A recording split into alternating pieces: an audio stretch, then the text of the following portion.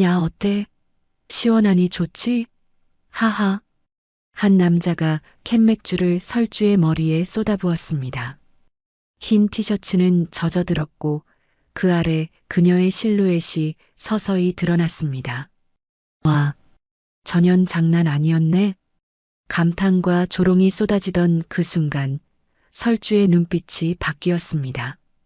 그녀가 어떻게 참교육했을까요? 달빛 이야기 지금 바로 시작합니다. 동해안의 작은 항구 마을 전통시장 한편에 자리한 민석 슈퍼는 오늘도 평범한 하루를 맞이하고 있었습니다. 가게 안쪽 계산대 뒤에는 휠체어에 앉은 68세의 정민석이 있었습니다. 그는 오늘 들어온 라면 상자들을 정리하려고 휠체어를 돌리며 애쓰고 있었습니다. 설주야, 창고에서 콜라 한 박스만 더 가져다 줄래? 정민석이 가게 안쪽을 향해 목소리를 높였습니다. 네, 아버님. 금방 가져다 드릴게요. 창고에서 정민석의 며느리 김설주가 대답했습니다. 그때 가게에 3명의 남자가 들어왔습니다. 이들은 모두 20대 후반에서 30대 초반으로 보였고 검은 가죽 재킷을 입고 있었습니다. 첫 번째 남자는 키가 크고 뒤통수에 거북이 문신이 살짝 보였고 두 번째 남자는 금리가 번쩍이며 씹던 껌을 소리내어 터뜨렸습니다. 세 번째 남자는 가장 나이가 어려 보였지만 눈빛이 거칠었습니다. 어서 오세요. 정민석이 휠체어에서 고개를 돌리며 인사했습니다. 거북이 문신 남자가 카운터 상판을 손바닥으로 탁탁 쳤습니다. 할아버지, 말보로 한 갑 주세요. 네, 잠시만요. 정민석이 휠체어를 돌려 담배 진열대 쪽으로 이동했습니다. 그의 손이 떨리며 담배를 꺼내려 했지만 쉽게 닿지 않았습니다. 금리 남자가 답답해하며 말했습니다. 다리도 불편한 양반이 집에서 쉬지 뭐하러 나와서 고생이야. 죄송합니다. 이게 분명히 닿았는데 정민석의 손이 아슬아슬하게 담배에 닿지 않았습니다. 아, 시간도 없어 죽겠는데 가지가지하네. 거북이 문신 남자가 직접 담배를 꺼내기 위해 카운터를 밟고 올라갔습니다. 그리고는 원하는 담배 한 갑을 꺼내어 다시 내려왔습니다. 얼마야? 그가 담배를 계산대 위에 올려놓으며 물었습니다. 4,500원입니다. 내 수고비는 빼줘야지. 당신은 아무것도 안 했잖아. 거북이 문신 남자가 일부러 짓궂게 말했습니다. 아, 정말 죄송합니다만 담배는 정가로만 판매하고 있습니다. 정민석이 쩔쩔매며 조심스럽게 대답했습니다. 젊은 남자가 갑자기 정민석의 어깨에 손을 올리며 말했습니다. 할아버지, 우리 형님 몸값이 얼만지 알아? 정민석의 얼굴에 당황스런 표정이 스쳤습니다. 남자는 정민석의 어깨를 흔들었습니다. 휠체어도 같이 위험하게 흔들리기 시작했습니다. 제발 이러지 마세요. 정민석이 휠체어를 꽉 잡으며 말했습니다.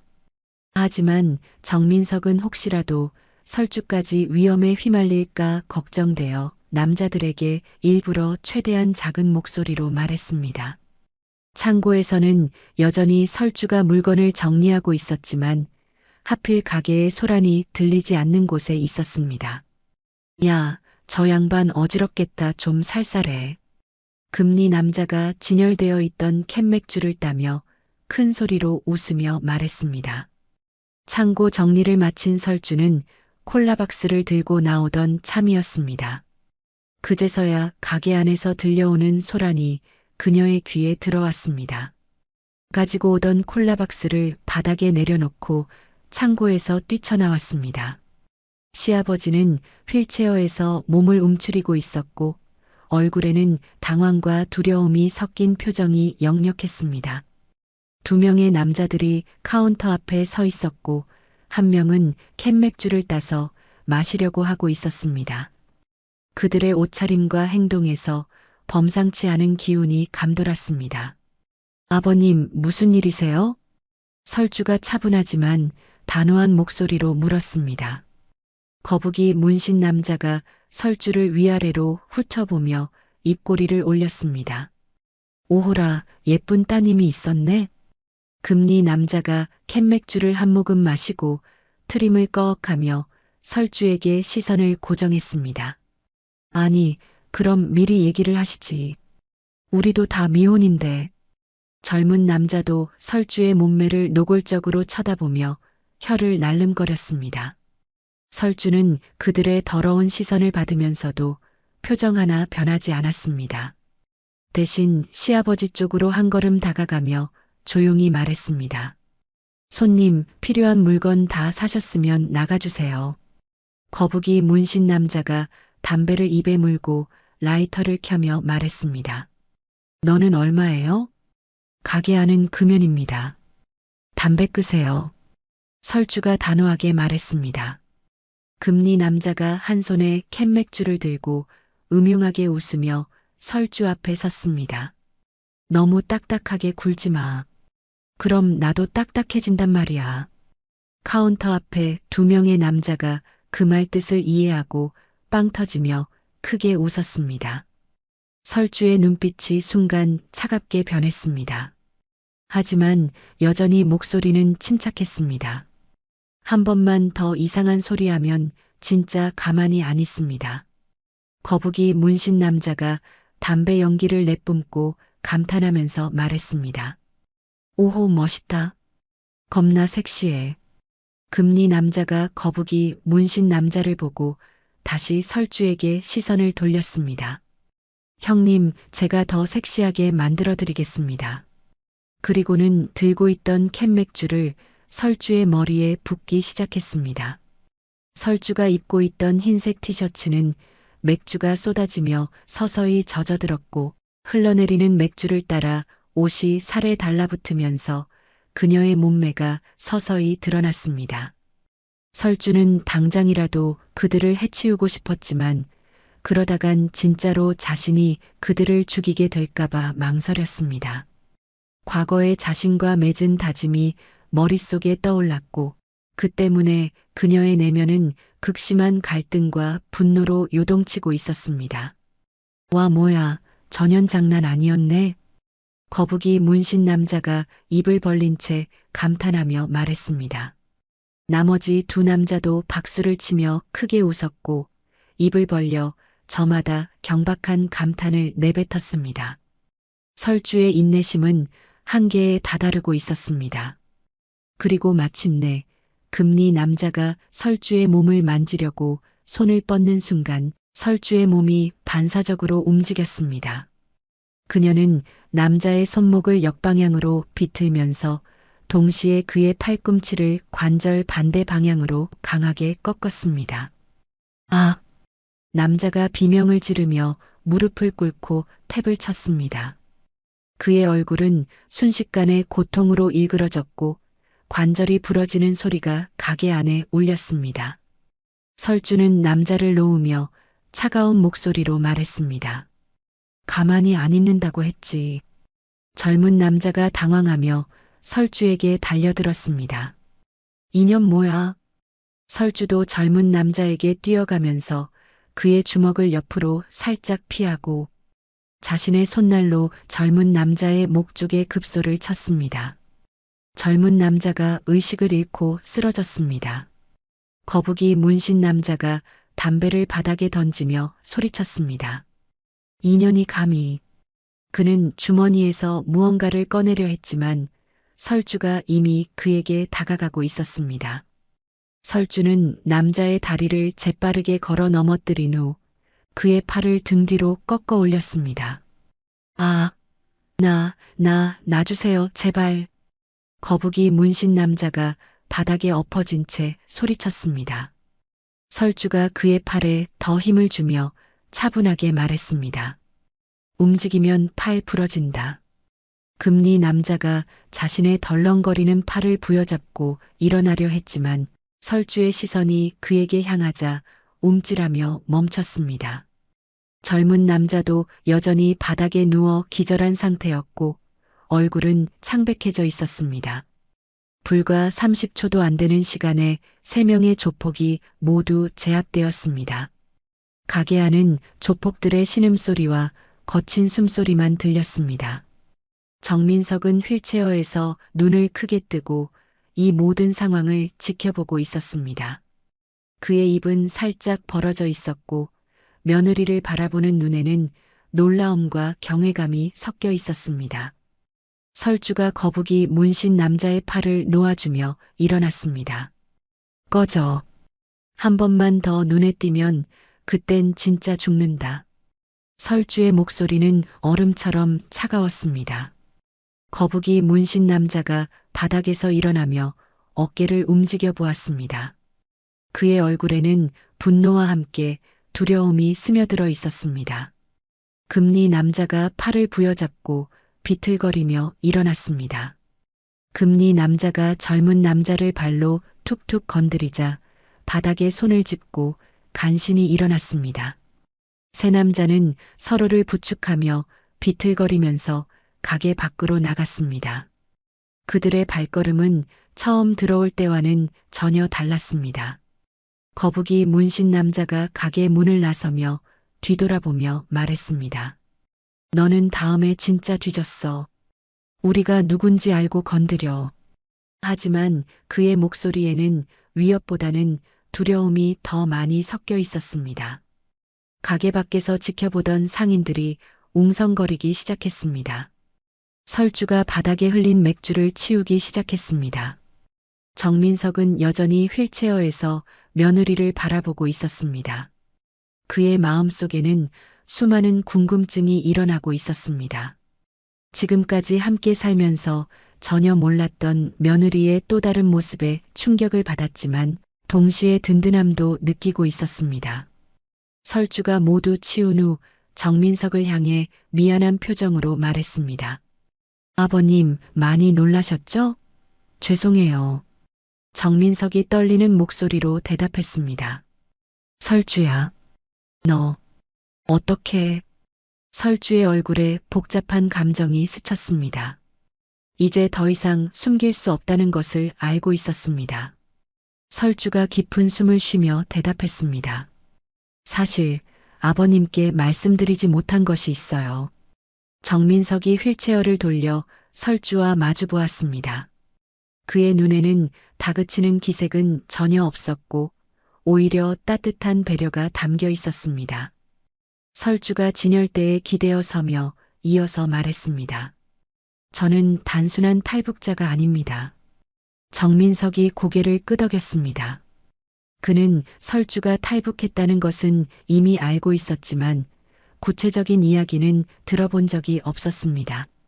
사실 저는 북한에서 특별한 일을 했습니다. 설주의 점점 작아져가는 목소리와 함께 두 사람은 조용히 과거로 들어갔습니다. 10년 전 평양 외곽의 비밀 훈련소였습니다. 눈 덮인 산악지대에 자리한 이곳은 북한인민군 최정예 특수부대 선발을 위한 장소였습니다. 철조망으로 둘러싸인 훈련소 입구에는 조국 통일의 칼날이 되자라는 붉은 글씨 현수막이 걸려 있었습니다. 훈련소 운동장에는 200명이 넘는 젊은 남녀들이 줄지어 서 있었습니다. 모두 20대 초반의 나이로 각 부대에서 선발된 최고의 인재들이었습니다. 그 중에는 22세의 김설주도 있었습니다. 당시 설주의 모습은 지금과는 사뭇 달랐습니다. 짧게 자른 머리카락과 굳건한 표정, 그리고 조국에 대한 충성심으로 가득 찬 눈빛을 하고 있었습니다. 군복을 단정하게 입은 그녀의 어깨는 당당했고 시선은 앞만 바라보고 있었습니다. 훈련소 지휘관이 확성기를 들고 소리쳤습니다. 동무들, 이곳에서 살아남는 것은 단 10명뿐이다. 200명의 지원자들 사이로 긴장감이 흘렀습니다. 조국 통일의 날까지 우리의 칼날이 되어 목숨을 바칠 진정한 전사만이 이곳을 통과할 것이다. 설주의 오른쪽에는 철진이라는 이름의 젊은 남자가 서 있었습니다. 그는 설주와 비슷한 나이로 강인한 체격과 날카로운 눈빛을 가지고 있었습니다. 철진의 얼굴에도 설주와 같은 결의가 담겨 있었습니다. 힘든 훈련 속에서 설주와 철진은 서로를 격려했습니다. 설주 동무 힘들어도 참아야 합니다. 우리는 조국의 칼이 되기로 했잖습니까? 철진이 거친 숨을 몰아쉬며 말했습니다. 네, 철진 동무. 끝까지 해봅시다. 설주도 땀을 흘리며 대답했습니다. 6개월간의 혹독한 훈련이 계속되었습니다. 매일 몇 명씩 포기하거나 탈락하는 사람들이 생겼습니다. 마침내 최종 10명이 선발되었습니다. 그 중에는 설주와 철진이 모두 포함되어 있었습니다. 훈련소 지휘관이 10명 앞에서 엄숙하게 말했습니다. 동무들은 이제 조국의 칼날이다. 목숨을 바쳐 싸울 진정한 전사가 되었다.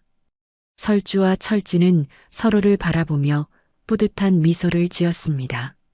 그들의 눈에는 조국에 대한 충성심과 자부심이 가득했습니다. 그날 밤 두 사람은 별이 총총한 하늘을 바라보며 다시 한번 다짐했습니다. 설주 동무, 우리는 조국의 칼이 되었습니다. 철진이 감격스러운 목소리로 말했습니다. 네, 철진 동무. 언제까지나 함께합시다. 설주도 진심을 담아 대답했습니다. 특수부대 복무 6년째 되던 해, 설주의 인생이 완전히 뒤바뀌는 일이 일어났습니다. 평양의 한 관청 건물에서 설주는 충격적인 소식을 전해 들었습니다. 김설주 동무의 부친이 반당 반혁명 행위로 처형되었습니다. 당 간부가 차가운 목소리로 통보했습니다. 설주의 머릿속이 하얗게 변했습니다. 아버지는 당에 충성하는 모범적인 공장 기술자였고 매일 김일성 초상화 앞에서 충성 맹세를 하던 분이었습니다. 아버지가 무슨 잘못을 했다는 겁니까? 아버지는 평생 당을 위해서만 살아오신 분입니다. 설주가 떨리는 목소리로 항변했습니다. 공장에서 생산성 저하에 대한 책임을 물으며 상급자에게 불만을 토로했다고 합니다. 이는 명백한 반당 행위입니다. 간부가 서류를 읽어 내려갔습니다. 설주는 어이가 없었습니다. 아버지는 오히려 생산량을 늘리기 위해 밤낮 없이 기술 개발에 매달렸던 분이었습니다. 불만을 토로하기는커녕 작업 효율을 높이자는 건설적인 의견만 제시했을 뿐이었습니다. 그건 누명입니다. 아버지는 윗선의 결정에 이의를 제기할 수 없습니다. 김설주 동무는 그동안의 공로를 인정받아 연자제에서 면제됩니다. 간부의 말에 설주는 더욱 충격을 받았습니다. 연자제에서 면제된다는 것은 가족들이 모두 숙청되었다는 뜻이었습니다. 그날 밤 기숙사에서 설주는 눈물을 흘리며 천장을 바라보았습니다. 누구보다 나라를 사랑했던 아버지가 하루아침에 반역자로 몰린 현실을 받아들일 수 없었습니다. 며칠 후 철진이 설주를 찾아왔습니다. 설주 동무 힘내세요.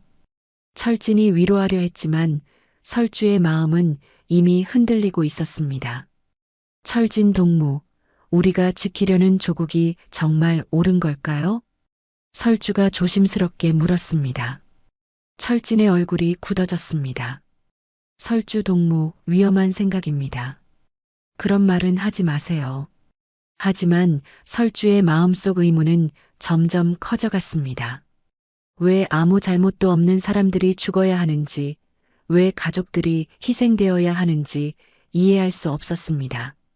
몇 주가 지나면서 설주는 탈북을 결심했습니다. 더 이상 이런 체제를 위해 살 수 없다고 생각했습니다. 설주는 몰래 국경지대 정보를 수집하기 시작했습니다. 특수부대원으로서 가진 정보와 기술을 이용해 탈출 계획을 세웠습니다. 어느 날 밤 설주는 기숙사에서 몰래 빠져나왔습니다. 미리 준비해둔 민간인 옷으로 갈아입고 국경지대를 향해 이동하기 시작했습니다. 두만강 근처 국경지대에 도착한 것은 새벽 4시경이었습니다. 어둠 속에서 설주는 조심스럽게 강변으로 이동했습니다. 그런데 갑자기 뒤에서 발소리가 들렸습니다. 설주가 뒤돌아보니 여러 명의 추격자들이 손전등을 비추며 다가오고 있었습니다. 김설주, 멈춰라. 설주는 즉시 달리기 시작했습니다. 특수부대에서 단련된 체력으로 빠르게 강변을 따라 뛰었습니다. 하지만 추격자들도 포기하지 않고 계속 따라왔습니다. 총소리가 울리며 설주 주변으로 총알이 날아왔습니다. 설주가 나무 뒤에 숨어 숨을 고르고 있을 때 추격자 중 한 명이 가까이 다가왔습니다. 그 순간 설주는 그 사람이 누구인지 알아보고 충격을 받았습니다. 그것은 바로 리철진이었습니다. 설주 동무, 그만 나와요. 더 이상 도망칠 곳은 없습니다. 철진이 총을 들고 설주가 숨은 곳을 향해 말했습니다. 설주의 가슴이 찢어질 것 같았습니다. 가장 믿었던 동료가 자신을 추격하러 온 것이었습니다. 철진 동무. 설주가 나무 뒤에서 나오며 말했습니다. 철진의 얼굴에는 고통스러운 표정이 어려 있었습니다. 그도 이 상황이 괴로웠지만 명령을 거역할 수는 없었습니다. 설주 동무, 돌아갑시다. 아직 늦지 않았어요. 철진이 떨리는 목소리로 말했습니다. 그의 얼굴에는 고통과 갈등이 뒤섞여 있었습니다. 설주 동무, 제발 돌아가요. 이렇게 하면 안 됩니다. 철진의 목소리가 떨렸습니다. 설주가 천천히 철진에게 다가가며 말했습니다. 철진 동무, 함께 가요. 여기서는 진정한 자유가 없어요. 안 됩니다. 제 가족이 있어요. 부모님과 여동생이 있습니다. 철진이 고개를 저으며 말했습니다. 설주는 철진의 마음을 이해했습니다. 연자제가 있는 이곳에서 가족을 두고 탈북한다는 것은 가족의 죽음을 의미했습니다. 그럼 저만이라도 보내주세요. 설주가 간절하게 말했습니다. 철진이 총을 더 꽉 쥐며 말했습니다. 그럴 수 없어요. 명령은 절대적입니다. 만약 제가 돌아가지 않으면 어떻게 할 건가요? 설주가 차분하게 물었습니다. 철진의 얼굴이 창백해졌습니다. 그럼 죽일 수밖에 없어요. 철진의 손이 더욱 떨렸습니다. 알겠어요. 철진 동무. 함께 돌아가야겠군요. 철진이 안도의 한숨을 쉬며 총을 내렸습니다. 다시 기지로 돌아가기 위해 몸을 돌린 순간 설주가 뒤에서 나지막히 말했습니다. 철진 동무, 그동안 고마웠어요. 그 순간 설주가 갑자기 철진에게 달려들어 철진의 목을 졸랐습니다. 철진이 놀라며 소리쳤습니다. 철진이 저항해 보려고 했지만 설주의 기술에 꼼짝할 수 없었습니다. 미안해요. 정말 미안해요. 설주가 눈물을 흘리며 말했습니다. 철진의 몸이 점점 힘을 잃어갔습니다. 그는 의식을 잃고 설주의 팔에서 쓰러졌습니다. 설주가 기절한 철진을 땅에 조심스럽게 눕혔습니다. 그녀는 철진의 이마를 쓰다듬으며 말했습니다. 철진 동무, 꼭 살아요. 가족들과 행복하게 사세요. 다른 추격자들의 소리가 점점 가까워지고 있었습니다. 설주는 마지막으로 기절한 철진을 바라본 후 강을 향해 뛰었습니다. 차가운 두만강 물이 그녀의 몸을 덮었습니다. 강 건너편 중국 땅에 도착했을 때 설주는 온몸이 얼어붙어 있었습니다. 뒤돌아보니 북한 쪽에서 손전등 불빛들이 움직이고 있었습니다. 설주는 떨리는 몸으로 중국 땅을 걸었습니다. 철진과의 이별, 조국과의 결별이 가슴을 아프게 찔렀습니다. 중국에서의 인연은 또 다른 지옥이었습니다. 설주는 온갖 위험과 차별을 견디며 살아야 했습니다. 불법 체류자 신분으로 숨어 살면서 언제 북한으로 송환될지 모르는 불안 속에서 지냈습니다. 어느 날 밤 설주는 중국 공안의 단속을 피해 도망치다가 한국 영사관 근처까지 왔습니다. 영사관 담장 너머로 뛰어넘는 순간 가슴속에서 희망이 솟아올랐습니다. 도와주세요. 저는 북한에서 온 탈북자입니다. 설주가 영사관 직원에게 소리쳤습니다. 그렇게 설주는 대한민국 영사관의 도움을 받아 한국행 비행기를 탈 수 있게 되었습니다. 인천공항에 도착한 날 설주는 한국 땅을 밟으며 눈물을 흘렸습니다. 아버지, 저 자유로워졌어요. 설주가 하늘을 올려다보며 중얼거렸습니다. 설주는 탈북 정착 지원 교육을 마친 뒤 가슴 가득 희망을 품고 서울로 향했습니다. 하지만 한 달이 지나고 두 달이 지나도 탈북민이라는 이유로 일자리를 구하기 힘들었습니다. 정부 지원금은 바닥나고 있었고 설주는 점점 절망에 빠져갔습니다. 어느 날 신문에서 탈북민 전문 취업 알선이라는 광고를 발견했습니다. 설주는 마지막 희망을 품고 그곳을 찾아갔습니다. 사무실은 번화가 건물 지하에 있었습니다. 정장을 입은 중년 남자가 설주를 반갑게 맞았습니다. 어서 오세요. 김설주 씨 맞죠? 좋은 자리가 있어요. 남자가 환한 미소를 지으며 말했습니다. 어떤 일인가요? 설주가 기대에 찬 목소리로 물었습니다. 복지사 같은 건데 말 그대로 힘든 사람들을 도와주는 일이에요. 수입도 괜찮고 대우도 좋답니다. 남자가 친절하게 설명했습니다. 설주는 의심 없이 그 제안을 받아들였습니다. 드디어 일자리를 구했다는 기쁨에 마음이 설렜습니다. 첫날 저녁 설주는 강남의 한 건물로 안내되었습니다. 계단을 타고 2층으로 들어서자 여러 개의 방이 있는 곳이었습니다. 설주는 뭔가 이상하다고는 생각했지만 편견 없이 지정된 방으로 향했습니다. 문을 열고 들어가자 정장을 입은 중년 남자가 소파에 앉아 있었습니다. 그는 술에 취한 듯 얼굴이 붉어져 있었습니다. 당황한 김설주는 남자에게 말했습니다. 안녕하세요. 도움이 필요하다고 하셔서 왔는데 남자가 설주를 위아래로 훑어보며 말했습니다. 예쁘네. 이리 와서 술이나 따라봐. 설주의 얼굴이 굳어졌습니다. 뭔가 잘못되었다는 것을 직감했습니다. 죄송하지만 저는 그런 일을 하러 온 게 아닙니다. 설주가 단호하게 말했습니다. 그때 실장이 방 안으로 들어왔습니다. 김설주 씨, 뭐라고 있어? 빨리 의원님께 인사드려. 어렵고 힘든 분을 돕는 일이라고 하지 않았나요? 그러니까 돕는 일 맞잖아. 실장이 남자를 가리키며 말했습니다. 이분 국회의원님인데 나라를 위해 밤낮 없이 얼마나 힘들게 사시는데 이건 제가 원하는 일이 아닙니다. 설주가 당황했지만 단호하게 말했습니다. 실장의 얼굴이 험악해졌습니다. 야, 북한에서 온 주제에 까탈스럽게 굴어?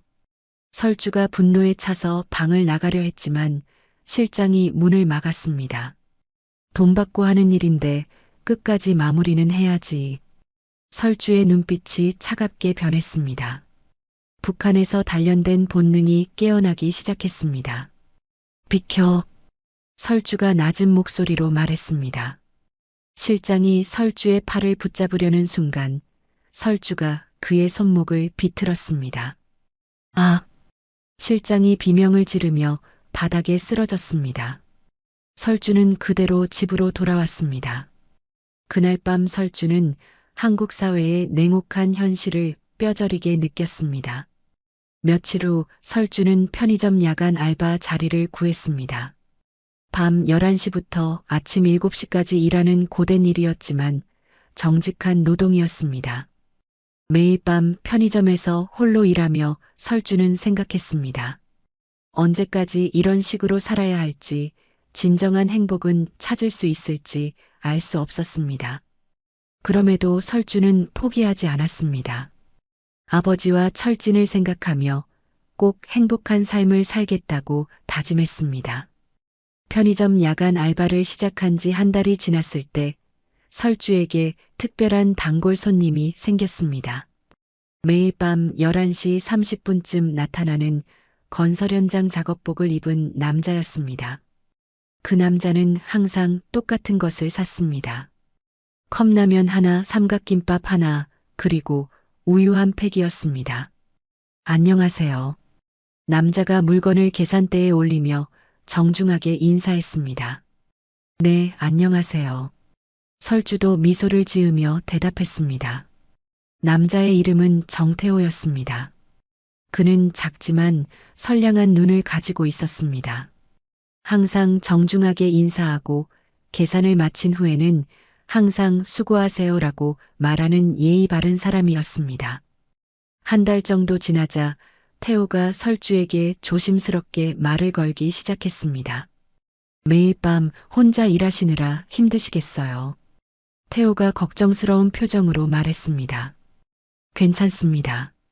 익숙해졌어요. 설주가 담담하게 대답했습니다. 밤에 이상한 사람들 오면 위험하지 않으세요? 태호가 진심 어린 관심을 보였습니다. 설주는 태호의 순수한 걱정에 마음이 따뜻해졌습니다. 오랫동안 누군가의 진심 어린 관심을 받아본 적이 없었기 때문입니다. 저도 건설 일하는데 야간 작업 끝나고 오는 길이에요. 태호가 자신의 이야기를 조금씩 털어놓기 시작했습니다. 힘든 일 하시는군요. 설주가 공감하며 말했습니다. 아버지 병원비랑 생활비 벌려면 야간까지 해야 해서요. 태호가 씁쓸하게 웃으며 말했습니다. 설주는 태호의 효심에 감동받았습니다. 자신처럼 어려운 상황에서도 가족을 위해 묵묵히 일하는 모습이 존경스러웠습니다. 시간이 지나면서 두 사람은 짧은 대화를 나누는 사이가 되었습니다. 태호는 설주의 말수가 적다는 것을 알았지만 억지로 대화를 이끌지 않았습니다. 어느 날 밤 편의점에 취객이 들어와 설주에게 시비를 걸었습니다. 야, 아가씨 전화번호 좀 알려줘. 취객이 계산대에 기대며 말했습니다. 죄송하지만 그럴 수 없습니다. 설주가 단호하게 거절했습니다. 뭐야, 인연이 까탈스럽게?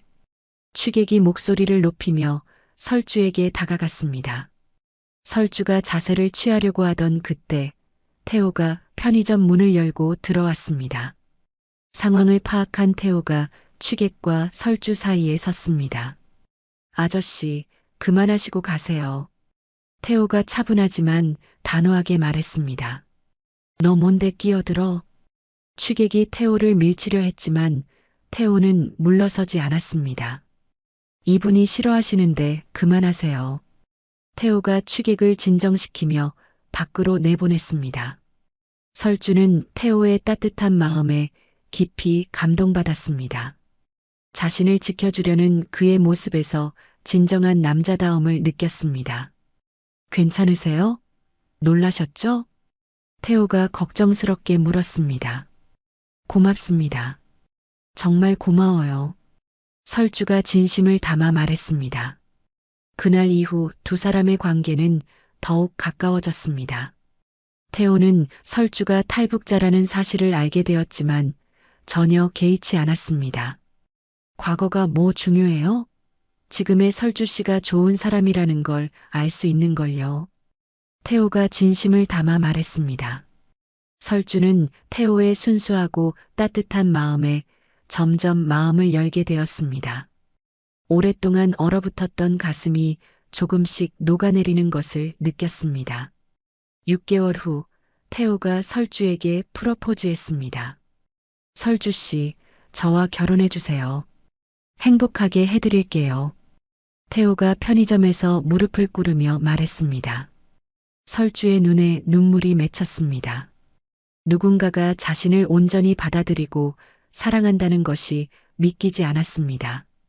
저 같은 사람과 결혼해도 될까요? 설주가 떨리는 목소리로 물었습니다. 저는 설주 씨가 아니면 안 됩니다. 태호가 단호하게 말했습니다. 결혼식은 소박했습니다. 태호의 아버지 정민석과 몇몇 지인들만 참석한 작은 결혼식이었습니다. 정민석은 설주를 따뜻하게 맞아주었습니다. 우리 태호가 좋은 며느리를 만났구나. 잘 부탁한다. 정민석이 설주의 손을 잡으며 말했습니다. 설주은 드디어 진정한 가족을 만났다는 기쁨에 눈물을 흘렸습니다. 신혼생활은 가난했지만 행복했습니다. 세 식구가 함께 저녁을 먹으며 소소한 일상을 나누는 시간이 설주에게는 천국 같았습니다. 설주 씨, 정말 행복해요. 태호가 설주의 손을 잡으며 말했습니다. 저도요. 정말 행복해요. 설주가 진심으로 미소 지으며 대답했습니다. 설주는 마침내 자신이 찾던 평범하고 소중한 행복을 찾았다고 생각했습니다.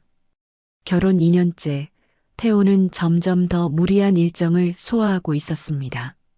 아버지의 치료비가 늘어나고 생활비도 부족해지자 그는 주간 근무에 이어 야간 작업까지 병행하기 시작했습니다. 태호 씨, 너무 무리하지 마세요.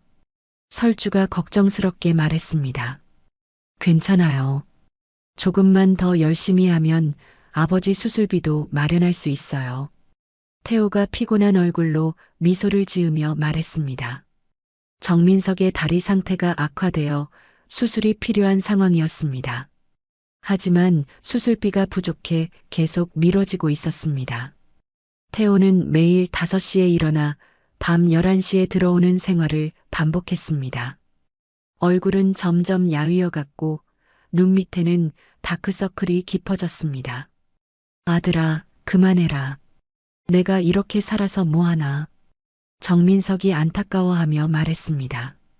아버지, 그런 말씀 마세요. 꼭 수술 받으셔야 해요. 태호가 아버지의 손을 잡으며 말했습니다. 어느 날 새벽 태호는 38층 건물 공사 현장에서 야간 작업을 하고 있었습니다.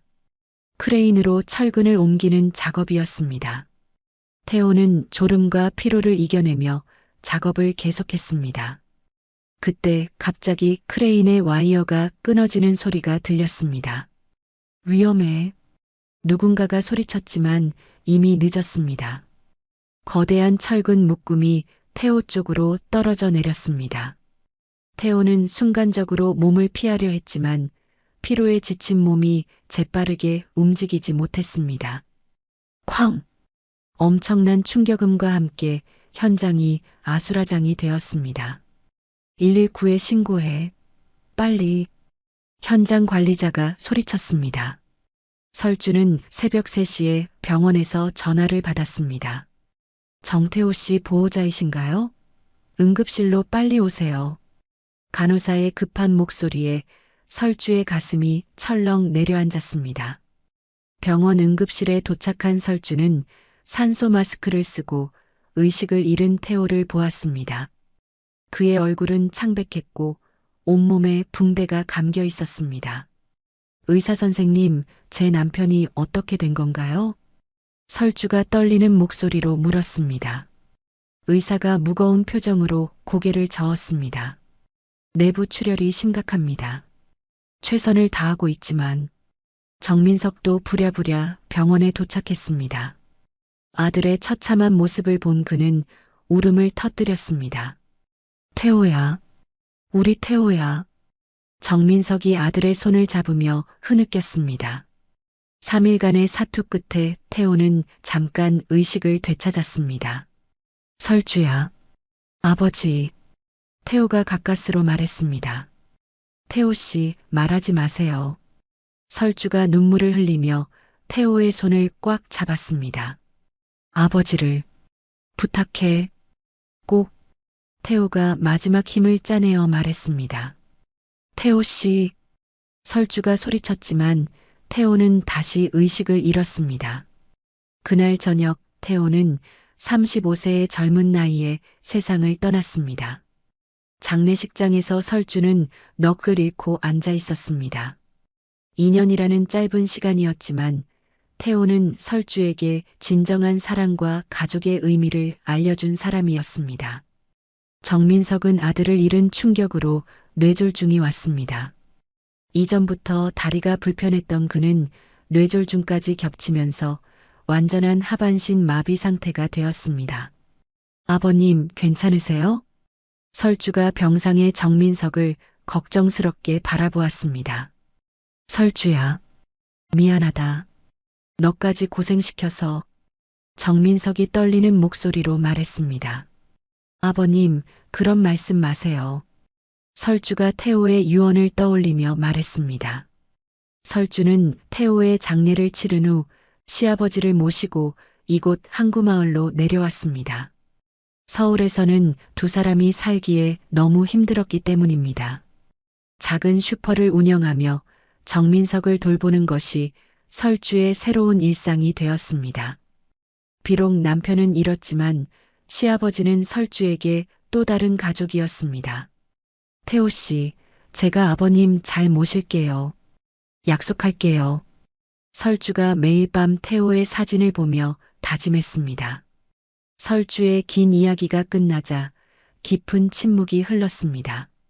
정민석은 휠체어에 앉은 채 며느리를 바라보며 눈물을 흘리고 있었습니다. 설주야. 정민석이 떨리는 목소리로 설주의 이름을 불렀습니다. 설주도 눈가에 눈물이 맺혀 있었습니다. 오랫동안 혼자 간직해왔던 아픈 기억들을 모두 털어놓은 후 마음이 한결 가벼워진 것 같았습니다. 정민석이 휠체어를 돌려 설주에게 더 가까이 갔습니다. 그리고 떨리는 손으로 설주의 손을 꽉 잡았습니다. 너무 고생했구나. 정말 많이 고생했어. 정민석의 목소리에는 깊은 감동과 안타까움이 섞여 있었습니다. 죄송합니다. 말씀드리지 못해서. 아니다, 설주야. 누구에게나 말하기 어려운 과거는 있는 법이다. 그리고 지금의 너를 보면 그런 과거가 중요하지 않아. 설주가 고개를 들어 시아버지를 바라보았습니다. 정민석의 얼굴에는 여전히 따뜻한 미소가 있었습니다. 아버님. 설주가 정민석의 손을 감싸며 따뜻함을 느꼈습니다. 설주야, 너는 정말 대단한 아이야. 그런 어려움을 혼자 견뎌내다니. 정민석이 설주의 손을 더욱 꽉 잡으며 말했습니다. 설주가 고개를 저으며 말했습니다. 아닙니다. 태호 씨와 아버님이 계셔서 버틸 수 있었어요. 무슨 소리야? 내가 널 의지하고 있는 걸. 정민석이 진심을 담아 말했습니다. 태호가 떠난 후에 아버님이 제게는 유일한 가족이었어요. 아버님 때문에 제가 살아갈 이유가 있었습니다. 설주가 눈물을 흘리며 고백했습니다. 정민석의 눈에서도 눈물이 흘러내렸습니다. 설주야, 고맙다. 정말 고마워. 정민석이 감격스러운 목소리로 말했습니다. 창밖으로는 항구마을의 평화로운 밤 풍경이 펼쳐져 있었습니다. 바다에서 불어오는 바람이 커튼을 살랑이며 두 사람의 마음도 평온하게 만들어 주었습니다. 정민석과 설주는 서로의 손을 잡고 내일을 준비하는 마음으로 하루를 마무리했습니다. 그날 밤 화려한 유흥가 건물 3층에 있는 탁준영의 사무실에서는 긴급회의가 열리고 있었습니다. 사무실 벽에는 각종 사업체 인허가증과 지역 유지들과 찍은 사진들이 걸려 있었습니다. 탁준영은 50대 초반의 나이로 정장을 단정하게 입고 있었지만 눈빛에는 차가운 기운이 돌고 있었습니다. 그는 고급 가죽 의자에 앉아 부하들의 보고를 듣고 있었습니다. 앞에는 오후에 민석 슈퍼에서 당한 3명의 조직원들이 서 있었습니다. 형님, 정말 죄송합니다. 거북이 문신 남자가 고개를 숙이며 말했습니다. 탁준영이 담배를 피우며 차가운 목소리로 말했습니다. 그래서 여자 하나한테 3명이 다 당했다는 거야? 그 여자가 보통이 아닙니다. 금리 남자가 변명하듯 말했습니다. 탁준영의 얼굴이 점점 굳어졌습니다. 그걸 말이라고 하는 거야, 이 새끼야. 탁준영이 책상을 주먹으로 치며 소리쳤습니다. 사무실 문이 열리며 탁준영의 오른팔인 도강수가 들어왔습니다. 40대 중반의 도강수는 탁준영의 모든 더러운 일을 처리하는 실무진이었습니다. 형님, 조사 결과 나왔습니다. 도강수가 서류를 탁준영에게 건네며 말했습니다. 탁준영이 서류를 훑어보며 말했습니다. 김설주, 탈북자네. 남편은 죽었고 시아버지와 단둘이 살고 있어. 네, 별다른 뒷배경은 없는 것 같습니다. 도강수가 보고했습니다.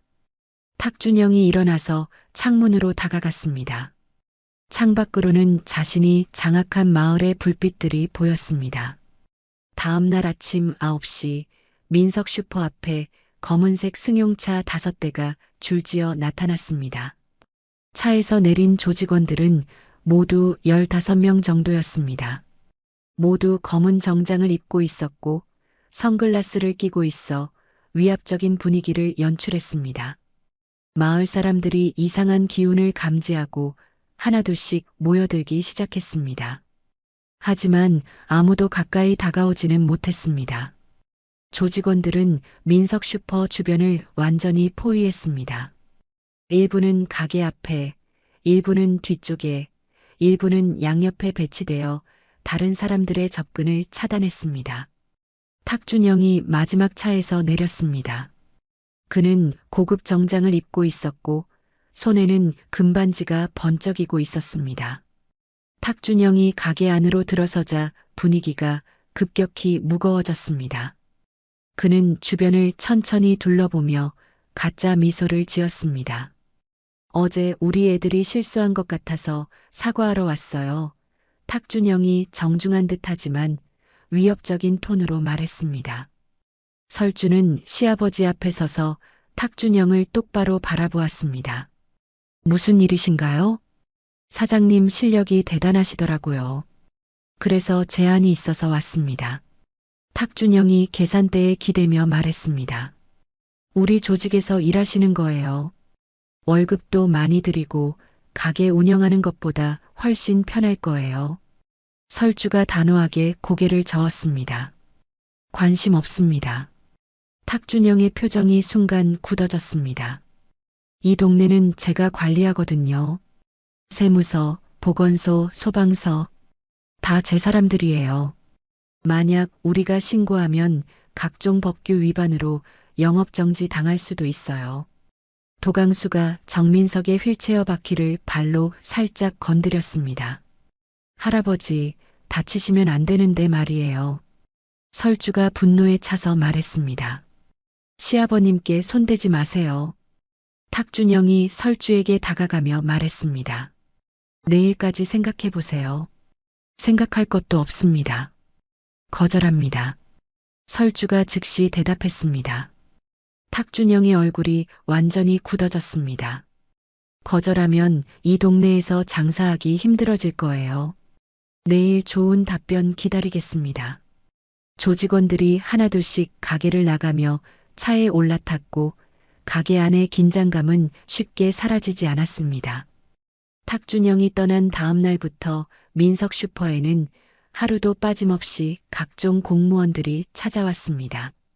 오전에는 세무서에서 탈세 의혹 조사를, 오후에는 보건소에서 식품위생법 위반 점검을, 저녁에는 소방서에서 화재 안전 점검을 실시했습니다.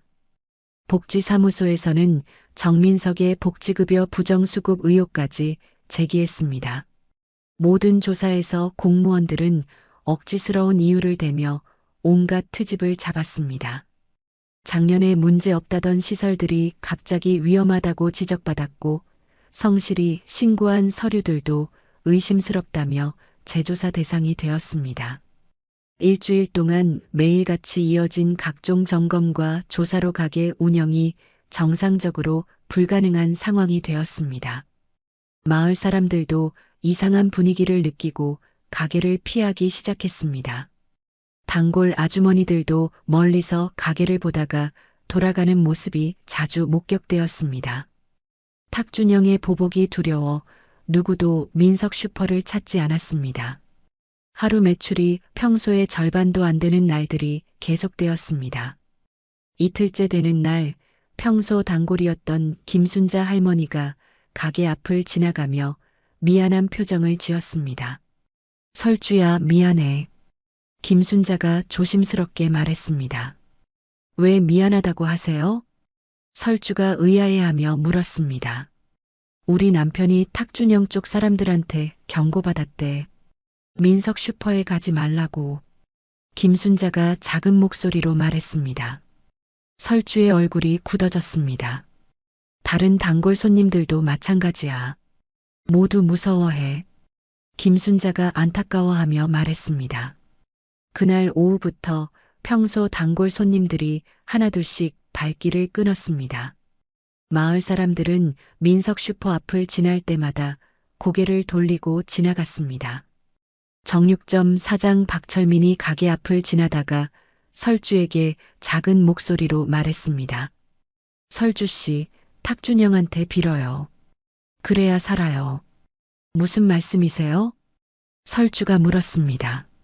이 동네에서 그 사람 말 안 들으면 장사 못해요.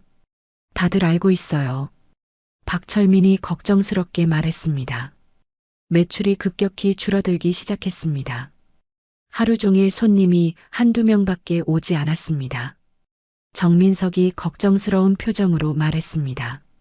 설주야, 이러다가 정말 문 닫게 되는 거 아니야? 걱정하지 마세요, 아버님. 금방 나아질 거예요. 설주가 애써 밝은 표정으로 말했습니다. 하지만 설주도 내심 걱정이 되었습니다. 매일 각종 공무원들의 괴롭힘이 계속되고 단골 손님들마저 등을 돌리자 상황이 심각해지고 있었습니다. 셋째 날 가게 매출을 정리하던 설주는 한숨을 내쉬었습니다. 평소에 10분의 1도 안 되는 매출이었습니다. 이렇게 계속되면 정말 버티기 힘들 것 같아. 설주가 혼잣말로 중얼거렸습니다. 정민석이 휠체어를 돌려 설주에게 다가왔습니다. 설주야, 우리가 뭘 잘못했길래 이런 일을 당해야 하는 거야? 정민석의 목소리에는 억울함이 가득했습니다. 아무것도 잘못하지 않으셨어요. 단지 악한 사람들이 괴롭히는 거예요. 설주가 정민석의 손을 잡으며 말했습니다. 그럼 언제까지 이렇게 버텨야 하는 거야? 정민석이 절망적인 목소리로 물었습니다. 설주는 대답할 말이 없었습니다. 두 사람이 서로를 의지하며 버텨나가고 있었지만 상황은 점점 악화되고 있었습니다. 같은 시각 전통시장 골목을 천천히 걸어다니는 남자가 있었습니다. 그의 이름은 이재하였고 서울에서 내려온 인권 변호사였습니다. 단정한 외모에 날카로운 눈빛을 가진 그는 무언가를 찾고 있는 듯한 표정이었습니다. 이재하는 손에 든 수첩을 확인하며 주변을 살펴보았습니다. 수첩에는 탁준영과 관련된 각종 정보들과 증거 수집 장소들이 적혀 있었습니다. 그는 민석 슈퍼 앞을 지나가다가 탁준영의 조직원 2명이 민석 슈퍼 근처를 배회하는 것을 발견했습니다. 이재하는 즉시 그들이 탁준영 조직 소속임을 알아보았습니다. 그리고 가게 앞에서 연일 계속되는 단속을 목격했습니다. 다음 날 이재하는 더 자세히 상황을 파악하기 위해 민석 슈퍼 근처에서 대기했습니다. 오전에 또다시 공무원들이 나타나는 것을 보며 패턴을 파악했습니다. 이재하가 근처 상인에게 다가가서 물어보았습니다. 저기 슈퍼에 무슨 일이 있나요? 정육점 사장 박철민이 조심스럽게 대답했습니다. 잘 모르겠어요. 요즘 계속 단속이 나오네요. 평소에도 이런 단속이 자주 있었나요? 이재하가 더 자세히 물었습니다. 박철민이 주변을 살피며 작은 목소리로 말했습니다. 아니요. 예전에는 그런 적 없었는데 최근에 갑자기. 이재하는 박철민의 반응에서 뭔가 숨기고 있다는 것을 느꼈습니다. 오후에 이재하는 민석 슈퍼로 직접 들어가 보기로 결심했습니다. 가게 문을 열고 들어서자 휠체어에 앉은 노인과 젊은 여성이 보였습니다. 안녕하세요. 이재하가 정중하게 인사했습니다. 설주가 고개를 들어 이재하를 바라보았습니다. 낯선 손님이 오랜만이라 약간 당황스러워했습니다. 어서 오세요. 찾으시는 게 있으신가요? 설주가 조심스럽게 물었습니다. 이재아가 음료수 하나를 집어들며 말했습니다. 이걸로 하겠습니다. 계산을 하면서 이재아가 자연스럽게 물어보았습니다. 요즘 단속이 자주 나오나 보네요. 설주와 정민석이 서로 눈빛을 주고받았습니다. 네, 그런 것 같아요. 설주가 조심스럽게 대답했습니다. 이재아가 명함을 꺼내 건네며 말했습니다. 저는 변호사입니다. 혹시 도움이 필요하시면 언제든 연락 주세요. 설주가 명함을 받아보며 놀란 표정을 지었습니다. 변호사님이요? 네. 서울에서 인권 변호사로 일하고 있습니다. 이재아가 미소를 지으며 말했습니다. 정민석이 휠체어에서 관심을 보이며 물었습니다. 혹시 어떤 일로 이 마을에 오셨나요? 이재아가 잠시 망설이다가 말했습니다. 개인적인 일이 있어서 왔습니다. 그런데 이 가게에 무슨 문제가 있는 것 같아서 설주가 경계심을 드러내며 말했습니다. 별다른 문제는 없습니다. 이재아가 설주의 반응을 보며 더 확신을 갖게 되었습니다. 분명히 무언가 문제가 있다는 것을 직감했습니다. 혹시 탁준영이라는 사람과 관련이 있나요? 이재아가 조심스럽게 물었습니다. 설주와 정민석이 동시에 깜짝 놀라며 이재아를 바라보았습니다. 어떻게 그 사람을 아세요? 정민석이 놀란 목소리로 물었습니다. 이재아의 눈빛이 날카로워졌습니다. 역시 그 사람 짓이군요. 변호사님이 탁준영을 아세요? 설주가 긴장한 목소리로 물었습니다. 이재아가 무거운 표정으로 고개를 끄덕였습니다. 아주 잘 알고 있습니다. 그 사람 때문에 제가 여기 온 거거든요. 설주와 정민석이 서로 놀란 눈빛을 주고받았습니다. 무슨 말씀이신가요? 설주가 다급하게 물었습니다. 이재아가 주변을 살피며 말했습니다. 여기서는 위험할 수 있습니다. 조용한 곳에서 이야기하는 게 좋겠어요. 설주가 망설이며 말했습니다. 저희가 어떻게 변호사님을 믿죠? 이재아가 진심을 담아 말했습니다. 저도 탁준영 때문에 고통받는 사람입니다. 우리는 같은 편이에요. 이재아의 간절한 눈빛에서 설주는 진정성을 느꼈습니다. 가게 문을 닫고 셋은 창고에 둘러앉았습니다. 그의 표정이 무거워지며 과거를 회상하는 듯 했습니다. 5년 전에 탁준영 때문에 제 아버지가 돌아가셨습니다. 정민석이 놀란 표정으로 말했습니다. 그게 무슨 말씀이신지. 이재아가 주먹을 꽉 쥐며 말했습니다. 아버지는 이 마을 어민회장이셨어요. 탁준영의 불법 조업을 고발하려고 하셨죠. 설주가 관심을 보이며 말했습니다. 불법 조업이요? 이재아가 고개를 끄덕이며 말했습니다. 탁준영이 어민들 몰래 금지구역에서 조업하고 있었어요. 아버지가 그 증거를 모으고 계셨죠. 정민석이 기억을 떠올리며 말했습니다. 5년 전, 혹시 이정수 회장님 말씀이신가요? 이재아가 눈물을 글썽이며 말했습니다. 네, 맞습니다. 아버지 성함을 기억해 주시는군요. 정민석이 슬픈 표정으로 말했습니다. 교통사고로 돌아가셨다고 들었는데, 설마 그것도. 이재아가 분노에 찬 목소리로 말했습니다. 사고가 아니었어요. 고발 전날 밤에 의문의 사고를 당하셨죠. 설주가 충격받은 표정으로 말했습니다. 그럼 살인이라는 말씀이세요? 이재아가 서류 가방을 열며 말했습니다. 확실합니다. 그래서 변호사가 되어 1년간 탁준영의 모든 불법 행위를 추적했습니다.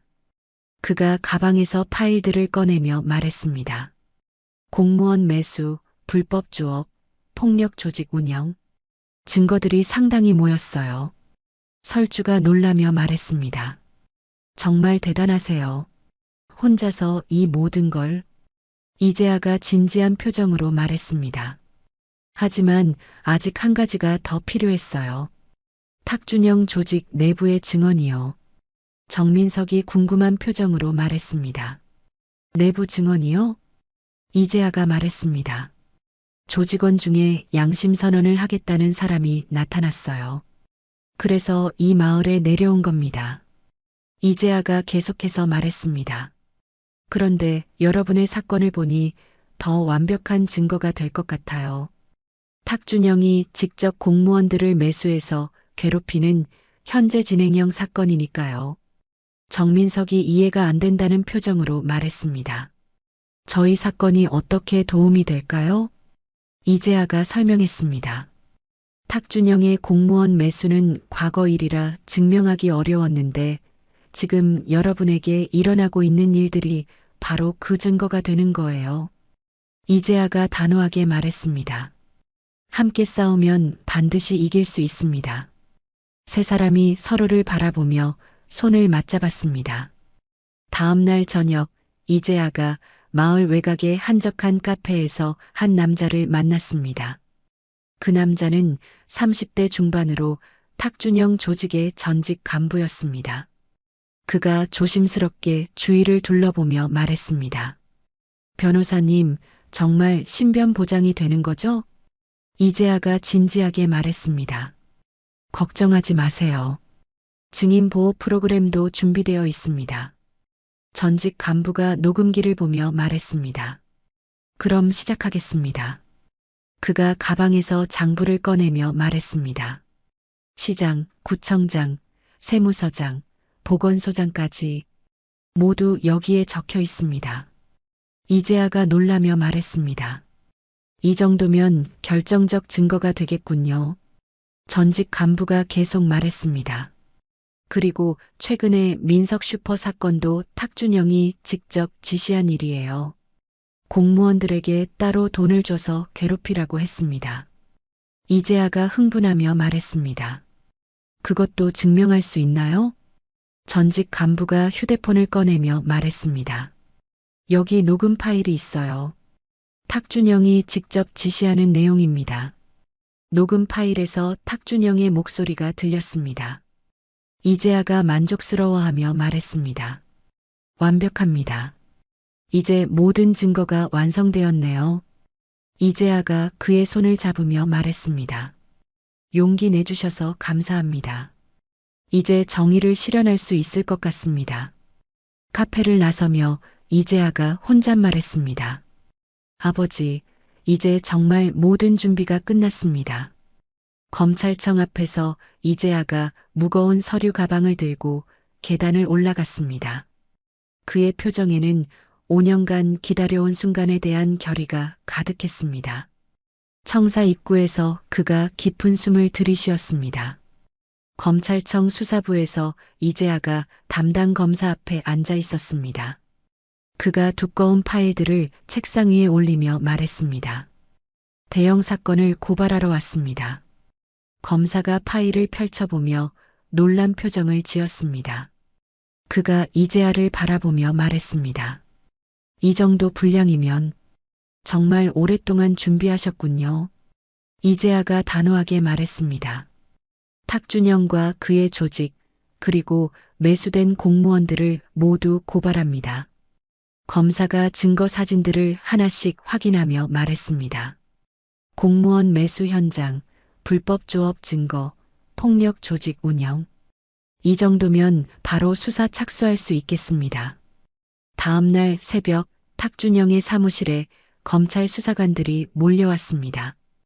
영장을 든 수사관이 사무실 문을 두드리며 말했습니다. 압수수색 영장입니다. 문을 열어주세요. 탁준영이 나와 당황한 표정을 지었습니다. 그가 화를 내며 말했습니다. 이게 지금 뭐 하는 짓이야? 뭐 영장이 있다고? 오인? 수사관들이 사무실을 뒤지며 컴퓨터와 서류들을 압수했습니다. 탁준영의 금고에서 현금 다발들과 거래 장부가 발견되었습니다. 같은 시간 조직원들의 집에서도 동시 압수수색이 진행되었습니다. 매수된 공무원들의 사무실도 예외 없이 수사망에 걸렸습니다. 하루아침에 탁준영의 모든 거점이 수사기관의 손에 넘어갔습니다. 저녁 뉴스에서 앵커가 보도했습니다. 지역 조폭과 공무원 유착 의혹으로 대대적인 수사가 시작되었습니다. 민석 슈퍼에서 설주와 정민석이 뉴스를 보며 놀라워했습니다. 정민석이 흥분하며 말했습니다. 설주야, 정말 이제야 변호사님이 해냈구나. 뉴스에서 탁준영이 수갑을 찬 채 연행되는 모습이 나왔습니다. 그의 얼굴에는 믿을 수 없다는 표정이 가득했습니다. 그 후 몇 달간 이어진 재판에서 이재아가 준비한 완벽한 증거들이 차례로 공개되었습니다. 매수된 공무원들이 하나씩 자백했고 조직원들도 줄줄이 자수하며 탁준영의 범죄를 증언했습니다. 탁준영은 끝까지 부인했지만 압도적인 증거 앞에 더 이상 변명할 수 없었습니다. 마침내 판사가 최종 판결을 내렸습니다. 탁준영에게 징역 15년이 선고되었고 조직원들과 매수된 공무원들도 각각 형을 받았습니다. 법정 밖에서 이재아가 하늘을 올려다보며 말했습니다. 아버지, 드디어 해냈습니다. 설주와 정민석이 이재아에게 다가와 깊이 인사했습니다. 정민석이 감격한 목소리로 말했습니다. 정말 고맙습니다, 변호사님. 마을의 평화가 돌아왔고 탁준영 조직은 완전히 해체되었습니다. 탁준영 조직이 완전히 사라진 후 민석 슈퍼 앞이 다시 활기를 되찾았습니다. 마을 사람들이 하나둘 가게를 찾기 시작했습니다. 김 여사가 가게 문을 열며 말했습니다. 설주야, 정말 대단했다. 용감하게 싸워줘서 고마워. 마을 이장이 찾아와 정민석과 설주에게 말했습니다. 두 분 덕분에 우리 마을이 평화를 되찾았습니다. 진심으로 감사드려요. 마을 아주머니들이 가게로 몰려와 말했습니다. 설주 씨가 북한 특수부대 출신이라면서요? 우리 마을을 지켜주는 수호천사 같아요. 설주가 당황하며 말했습니다. 과찬이세요. 저는 그냥 평범한 사람입니다. 이재아 변호사가 서울로 돌아가기 전 마지막 인사를 하러 왔습니다. 그가 설주와 정민석에게 말했습니다. 언제든 연락하세요. 우리는 이제 가족이니까요. 정민석이 이재아의 손을 잡으며 말했습니다. 아버님도 하늘에서 자랑스러워 하실 거예요. 어느 평화로운 오후 마을 아이들이 가게 앞에서 설주와 함께 과자를 나누어 먹었습니다. 한 아이가 말했습니다. 설주 이모, 정말 나쁜 놈들 다 해치운 거예요? 짱 세다. 설주가 아이의 머리를 쓰다듬으며 말했습니다. 가장 중요한 건 사랑하는 사람들을 지키려는 마음이야. 저녁 무렵 설주와 정민석이 가게 문을 닫으며 하루를 마무리했습니다. 정민석이 말했습니다. 설주야, 우리가 이겨냈구나. 설주가 환한 미소를 지으며 말했습니다. 네, 아버님. 이제 정말 당당하게 살 수 있을 것 같아요. 정민석이 설주를 바라보며 말했습니다. 태호도 하늘에서 우리를 지켜보고 있을 거야. 설주가 정민석 옆으로 가서 말했습니다. 그러게요. 태호 씨가 저희를 보고 기뻐할 거예요. 두 사람이 집으로 향하며 석양이 지는 항구 마을의 평화로운 풍경을 바라봤습니다. 설주가 정민석의 휠체어를 밀며 말했습니다. 아버님, 내일은 또 어떤 하루가 될까요? 정민석이 따뜻하게 말했습니다. 설주야, 함께라면 어떤 하루든 행복할 거야. 석양이 바다 너머로 사라지며 두 사람이 서로를 의지하며 집으로 걸어가는 모습이 보였습니다. 오늘 이야기는 어떠셨나요? 혹시 마지막까지 들어주신 분이 계시다면 잘 들었다고 댓글 하나만 남겨주세요. 여러분에게도 달빛 같은 순간이 찾아올 거예요. 지금까지 달빛 이야기였습니다. 늘 평온한 하루 되시길 바랍니다. 감사합니다.